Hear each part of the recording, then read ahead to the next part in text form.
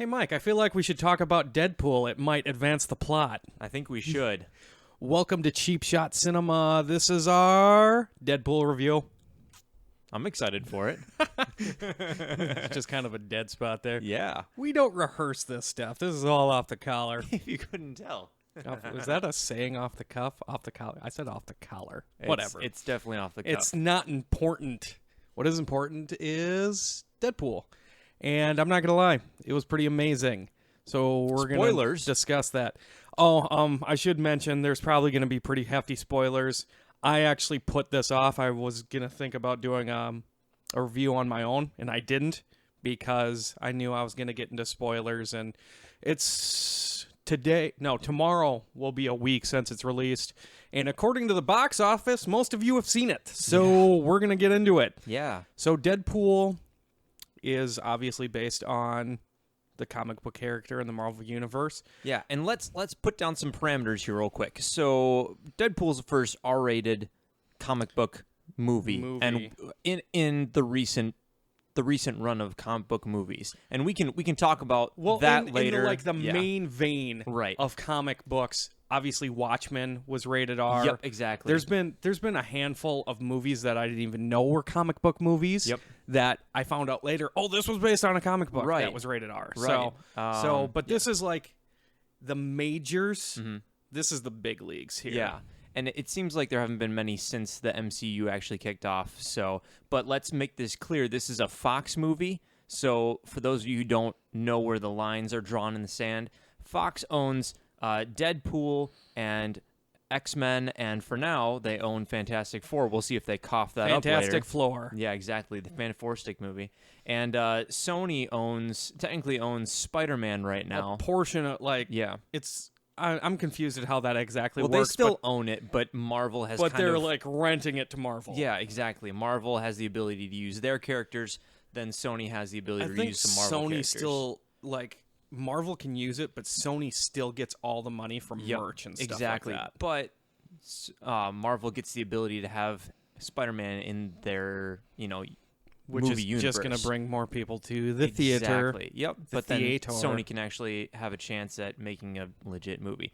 Anyways, and then Marvel basically owns all the rest. So it is what it is. Anyways, continue what you were saying. What was I saying? You were talking about Deadpool. Deadpool, just a fun story. How this came to be, actually, is if anyone's familiar with the DC universe, there's this character called Deathstroke. Mm-hmm. His name is Slade Wilson. This came out, and I want to say he was a Batman villain. He's kind of an anti-hero. He's one of those guys that has been villainous, and then he's good, and then he's kind of just does what he wants. Anyways, really cool character. Swords, guns. Other than that, I don't think he's got any real superpowers. He's just really good at his trade. Yep. Well, Marvel came out and was like, hey, we kind of like what you're doing here. So basically, as just a shot to them, they came out with a character called Wade Wilson, who they then called Deadpool, and who has now probably surpassed, definitely surpassed, but it was fairly quickly, I would say, too, that Deadpool surpassed Deathstroke. Deathstroke, very cool character, but the attitude and everything behind it. And if you've seen the movie but you're not familiar with the comic book, it was a very well done movie. I think the best in regards to staying true to the character from the comic. Definitely. Deadpool breaks the fourth wall. He is insane in the best way possible. He's very sarcastic, disorganized mentally, sarcasm. Really emphasize sarcasm. There's a chasm somewhere. And just they did a great job reflecting that to the big screen, I feel like. Yeah. So a lot of things you see in the movie that's kind of quirky, that a lot of it comes from the comic book directly. Yep, and you can tell that Ryan Reynolds was born to play this role of Wade Wilson. Yes. And you can tell that he definitely put a bunch of time and love and energy into making this thing happen over the past, I think he says 11 years. He's been trying to make this movie. To make this movie. So it's finally made, and honestly, the timing couldn't have been more perfect if I have my say. But yeah, let's get into the pros and cons of this thing. So Zach, you obviously loved this movie. Loved it. What's one pro on this movie that you thought was particularly entertaining? This movie gets 10 thumbs up for me. Okay, calm down. 10 thumbs up. Or 10 stars. You don't have anywhere close to that many thumbs. I have 4 thumbs for anybody that wanted to know. Don't. Stop telling people stuff. It's like 16 walls. Yeah, that's one of the better jokes. No, 10 stars. I gave it. I go by IMDb star ratings. I gave it 10 out of 10. Fantastic movie. It is hilarious. It's actually on the, if we're ranking this on what comes first in regards to what kind of movie it is, I feel like it's comedy first. Yeah. It's a comedy first. It's an action movie in second, and then it's actually a romance third, which is a little weird, but that's kind of the way I put it in. It is absolutely hilarious. The jokes, Ryan Reynolds' ability to deliver lines is incredible. The casting of TJ Miller, who is one of like the premier guys in regards to just ad-libbing and making up stuff on the fly, I feel like in recent memory, he's really good at what he does too.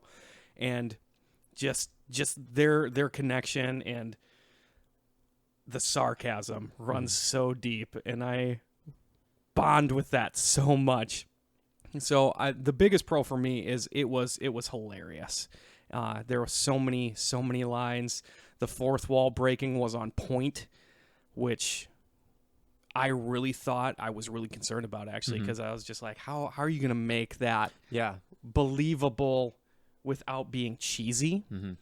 And it was on point. Yeah, the best joke, one of the best jokes in the movie, is Ryan Reynolds, while breaking the fourth wall, has a flashback and then breaks the fourth wall in the flashback. And he's like, whoa, a fourth wall breaking within a fourth wall breaking. That's like 16 walls.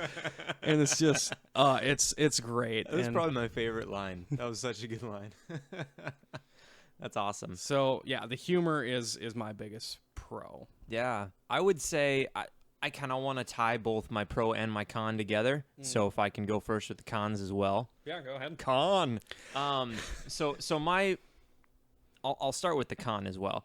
So my biggest con with this movie is just that we're so used to these big, huge Marvel Cinematic Universe spectacles, and I'm sure DC will also fire back with Batman vs. Superman and how big that's going to be and how expansive that universe is going to be. Obviously, this is tied within the X-Men universe, but it seemed like a small world, and you could really tell where they were limited with budget. And so, it seemed like it was, just a few different set pieces put together to make the movie. They did a really good job with what they had, but I could really tell that this was a smaller universe than, say, a Captain America movie would have in it. But that being said, my pro about it was that they did a really good job with that, and they even, made jokes about it.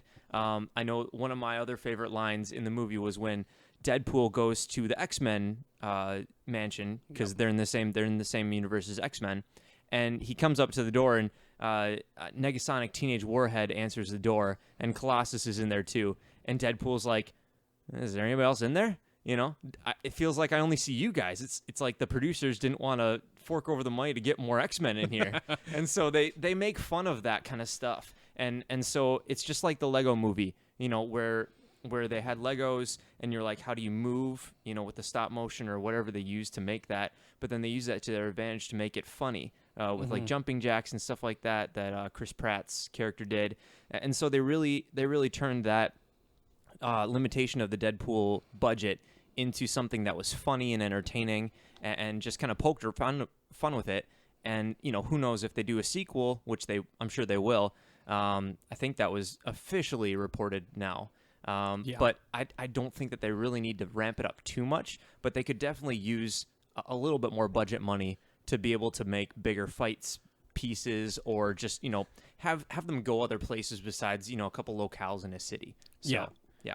Definitely. I completely agree. That's actually my con as well, is, and I talked to Mike about this previously, about how it's a con, but I can't really blame them for it, because true. It's not their fault. It's not Ryan Reynolds and the production team and the director. It's not their fault. Fox straight up did not believe in them. The reason this movie got made, and this has been a big deal in the news, and I just saw an article, I should have popped it open and read it beforehand, but they think they may have found the person who released the test footage for this. And so the test footage was leaked. It was never supposed to go to the public. But once it got out, it had such an uproar that Ryan Reynolds even said it himself, that so many people mailed and, emailed and phone called in demanding that Fox make this movie, that they basically had no choice. And it was really a movie built by the people. But that being said, Fox really didn't have a lot of faith in this movie. So they did it on a small budget. You can definitely tell just with the background when they're standing on the freeway and like nothing is really happening around them at all. That's kind of odd. And when he goes to the house, I thought that the first time I was like, Colossus is sitting in the kitchen by himself. Yeah. And then he just yells, Negasonic, let's go, in Russian voice. And in Russian voice. In Russian. And like there's nothing else happening in this entire huge mansion that's supposed to be filled with kids. Yeah. And so it's just crazy. For those of you that care, I checked it. I want to say the movie was made for 50 million. Yep. 50 million. Just ridiculously low. In comparison, they're saying that between Infinity War Part 1 and 2 in the Marvel Cinematic Universe, between those two movies, it's going to be about $1 billion for a budget. So 50 million versus $1 billion. So just to get an idea of that, about half of that is going to be spent just on paying the actors. Exactly. So that's why I didn't have a lot of X-Men come into this movie. So that's why you didn't see McAvoy or Stewart, which Deadpool makes a joke about. We're taking you back to Professor X. Which one, McAvoy or Stewart? So just the awareness of surroundings and it's one of those things where I really hope other movies don't start doing that, because it's really a time and place thing. And like I said previously, that character had that background. I feel like that's one of those things where you can't go into a movie and just be like, hey, he breaks the fourth wall. There's got to be some sort of background there. So what was I going into? I feel like I had another con to go with that. Well, I'll give another con. Go for it. So I love T.J. Miller. T.J. Miller was one of the strengths. Obviously, so was Ryan Reynolds in this movie.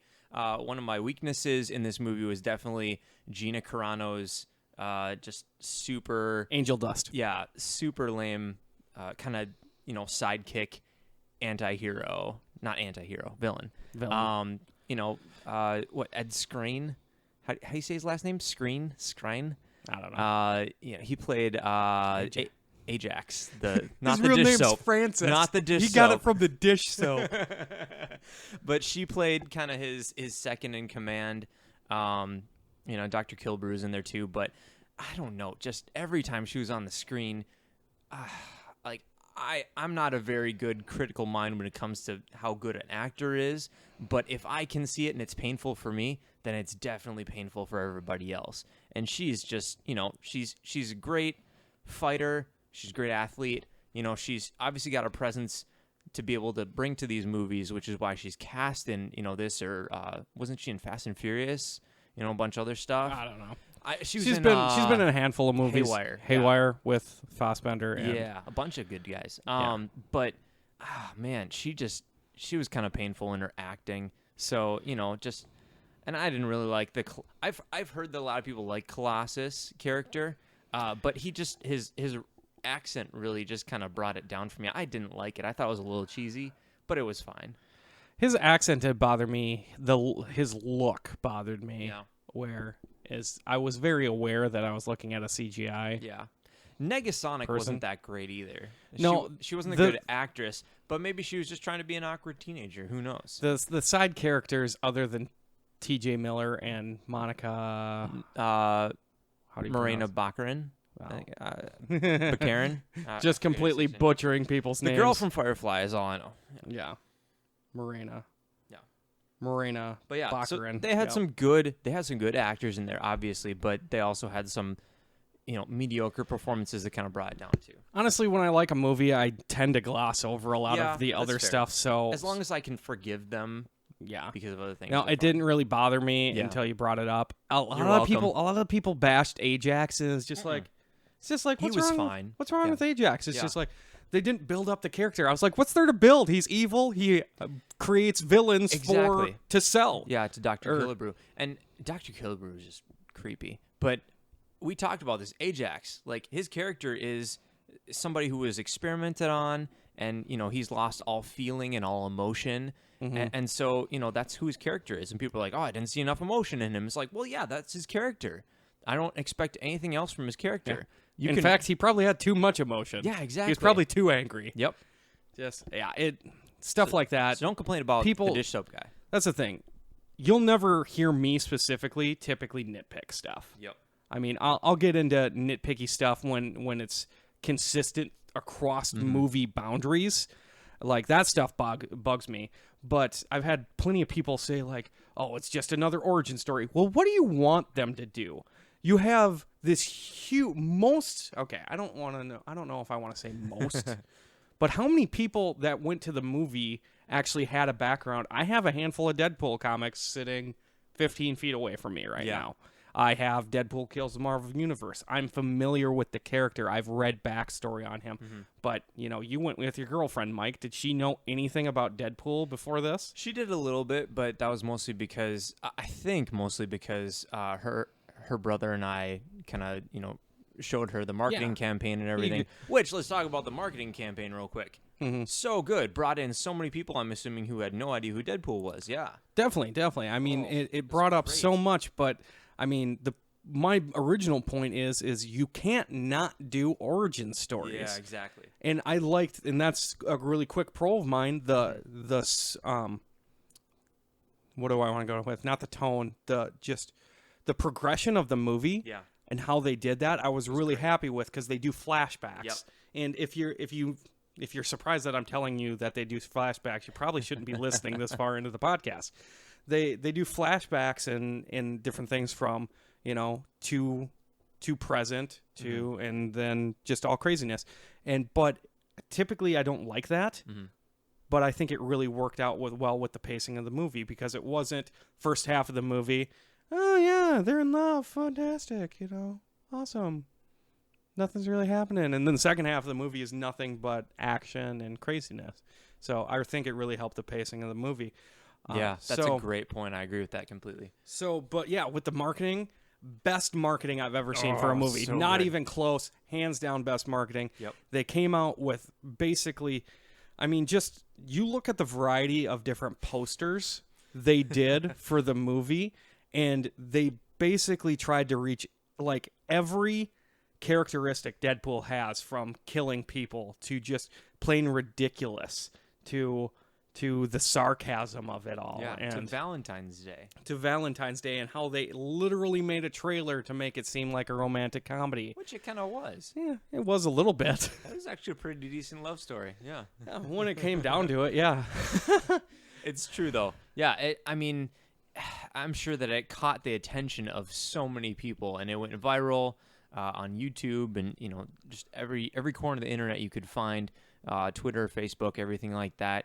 Just Ryan Reynolds seemed to be everywhere since, say, like, you know, a couple days before Christmas. He's been everywhere trying to promote. He threw down that the Halloween bit where he was talking to the kids who had costumes they did on. Halloween, and then So they did good. 12 Days of Christmas Yep. or something like 12 Days that, where Deadpool. they 12 Days of Deadpool released something new every day. And then they had the Australia bit, and then the PSA, like I talked about in our podcast, which both of those had callback jokes. I've never seen a movie do a callback joke to an advertisement that they did previously. That was pretty good. But who's ever done an advertisement for just like, oh, this is Batman here? Actually, they did that for a Super Bowl commercial. Really? With that. You didn't see that? Bruce Wayne was... I see. Yeah, for the airlines? For the airline. Yep, Bruce Wayne did a promotion there were for two the of airline. Them. Yeah, and him there was and... Gotham and Metropolis. Yeah. Metrocity. Metrocity. Different movie. Metro City. But, so, I mean, I've never seen that kind of viral guerrilla marketing before. Everywhere. So good. And that, I mean, that actually brings up one of my biggest cons for the movie is they released too much footage. Fair enough. There was not the first fight scene in the movie. There was very little of that fight scene that we had not seen. Yep, exactly. And then they released footage of every single fight scene throughout the movie. Not as much as the first one, but bits and pieces of every single fight scene he had throughout the movie then. So they released too much footage. The good thing about that is they released very few jokes. Yeah.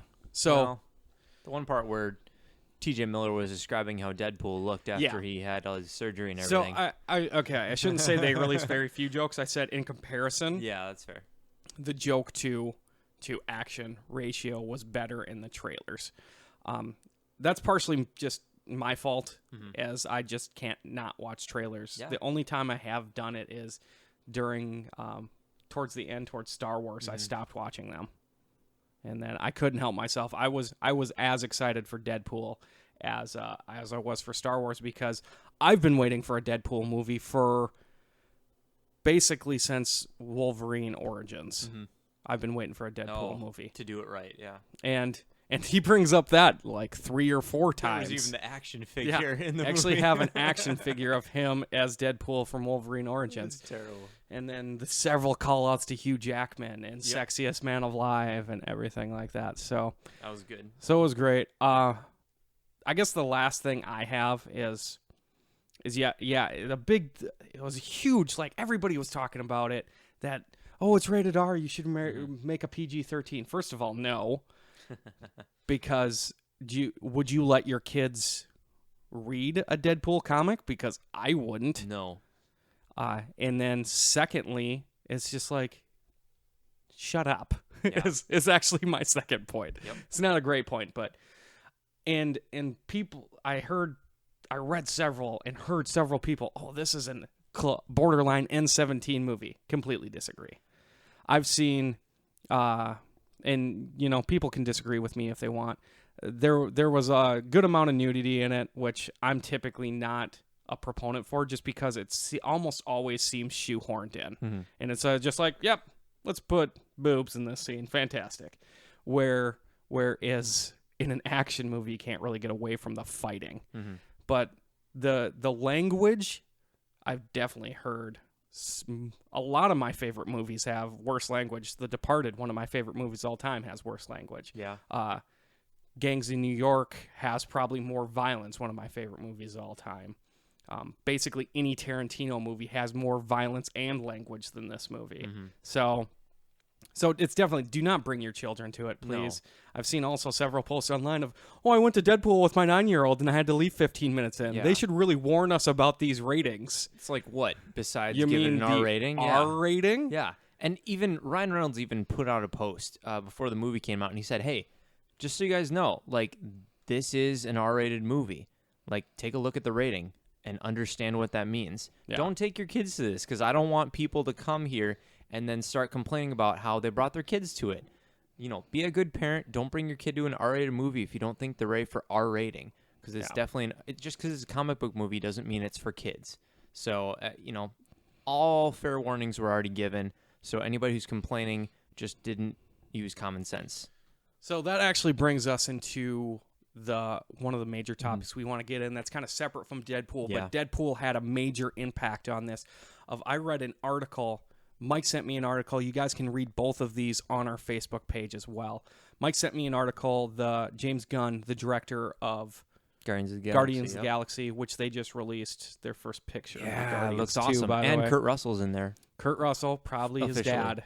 So, we're going to make that assumption. Anyways, that's not what we're here to talk about. James Gunn talked about how he thinks this is going to be a bad influence on movies. And Mike, you probably have more of an opinion on that. Yeah, and I probably side more on James Gunn's perspective. And I may be kind of, embellishing this to my understanding. So please go ahead and read the article for yourself. But basically the gist of what I got from James Gunn's article was that, hey, I feel like studio executives are going to take the wrong message away from Deadpool's success. Because Deadpool, what is it, like 130 million right now?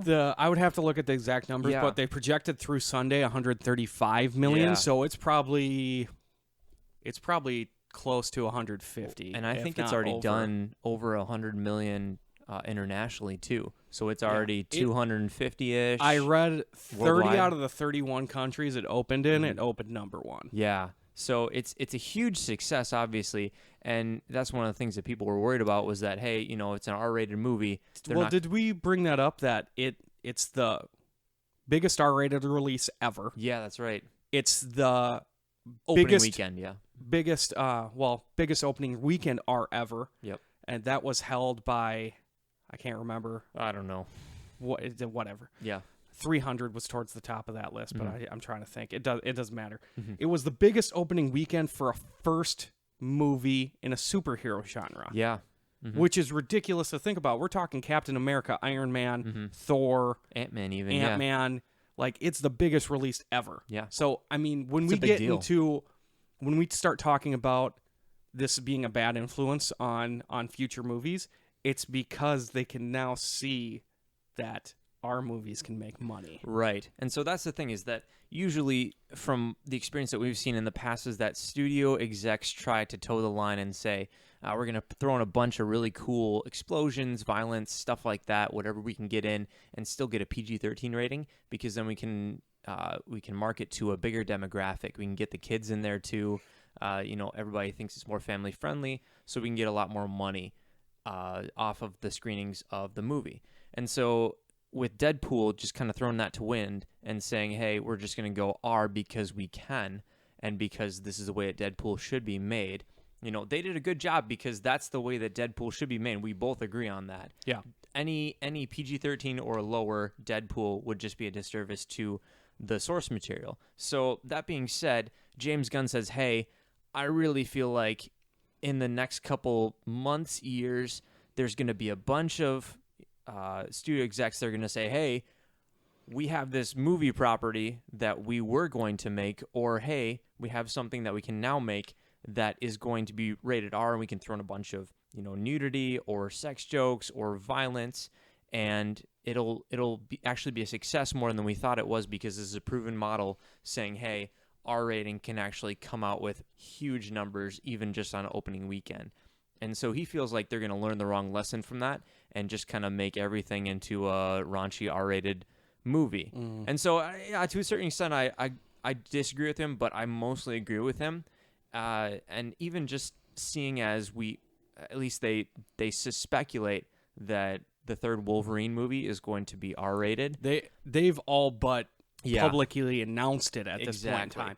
And so that's my problem, is that I probably agree with him. I'm like, oh man, just, I want the studios to realize why Deadpool was a success, and that's because Ryan Reynolds put his heart and soul into this movie, along with the writers and director and everything like that into this movie. Ryan Reynolds was also born to play this role, and they spent 11-ish years trying to get this thing to be made.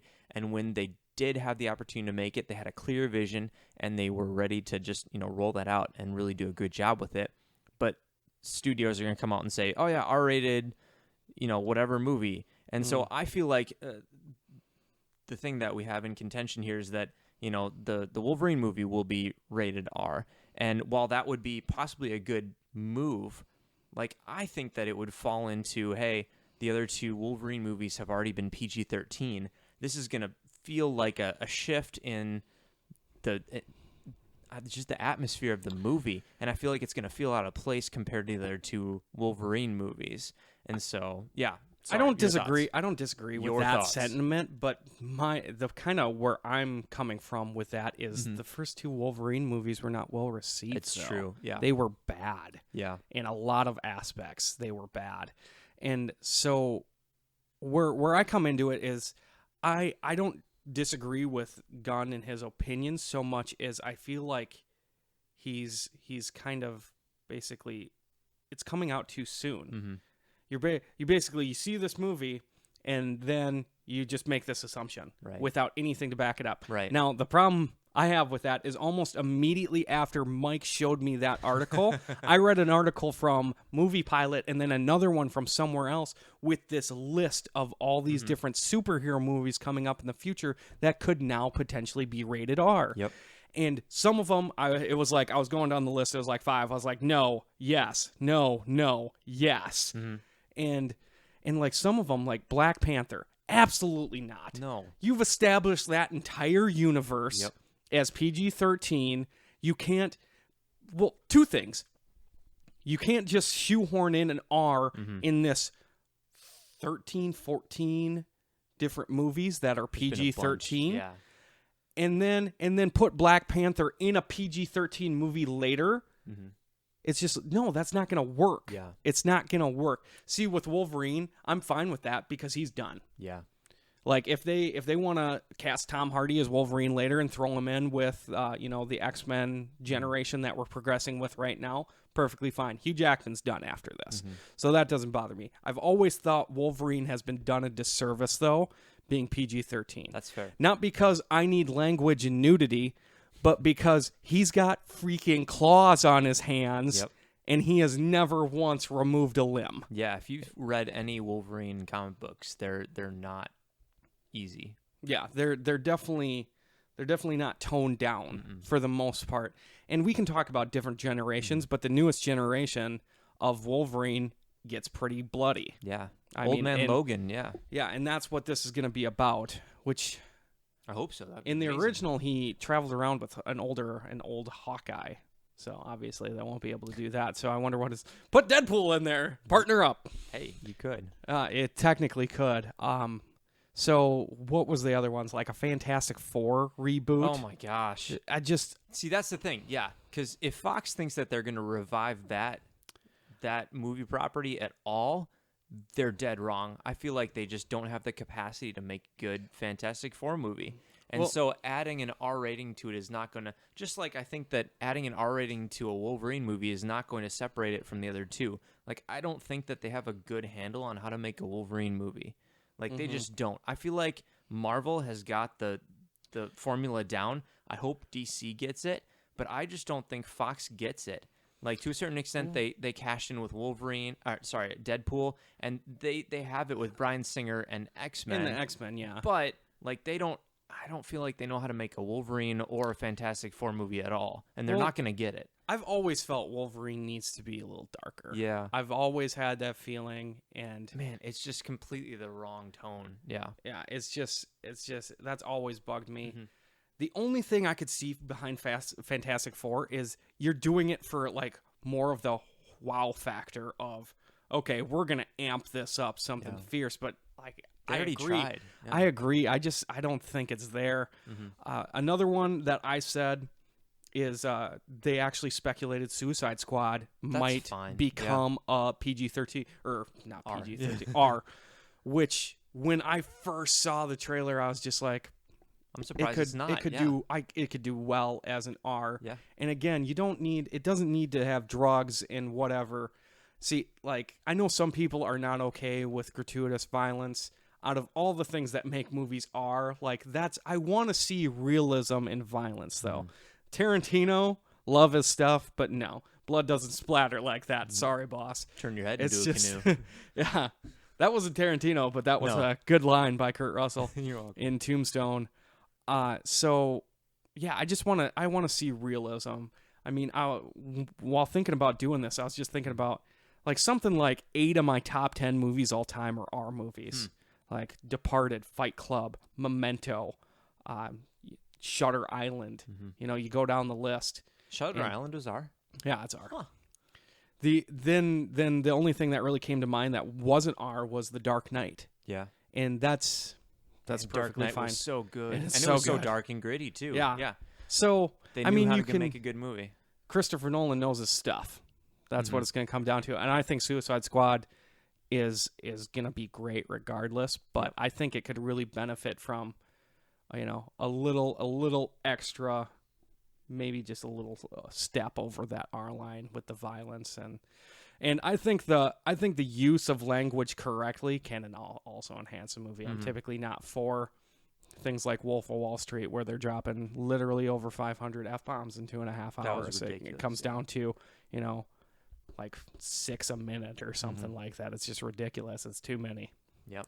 So, yeah, I got nothing. Let's talk about cable real quick. Oh yeah. Cable. So at the end of the Deadpool movie, they did have an end credits trailer, but it was funny because it wasn't really a It wasn't really a spoiler. Yeah. They even say, like, Ryan Reynolds says it as Deadpool, that we didn't have the money to actually show you anything fancy or new. So he comes out in a bathrobe and he does a Ferris Bueller's Day Off kind of, what are you still doing here? Go home type thing. And then he said, oh, yeah, but if we are going to do a sequel, it's going to have Cable, and it's going to be awesome. And so for those of you who don't know... And Keira Knightley's going to be a Cable. That'd be amazing.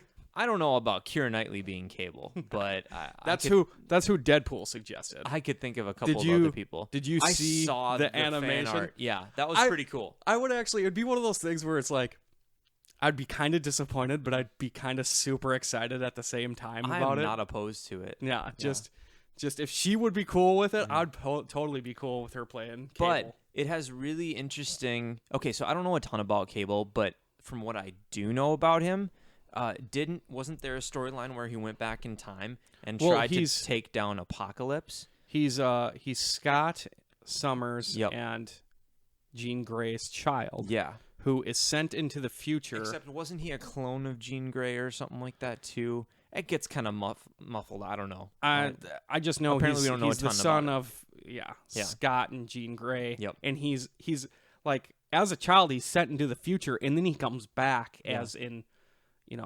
aged adult. I don't know how old he is. Yeah, basically, Cable is a BA time traveling superhero. He's awesome. From what I've read too, his superpowers are kind of all over the place because basically he's a gun wielding, just more like a crazy, Punisher.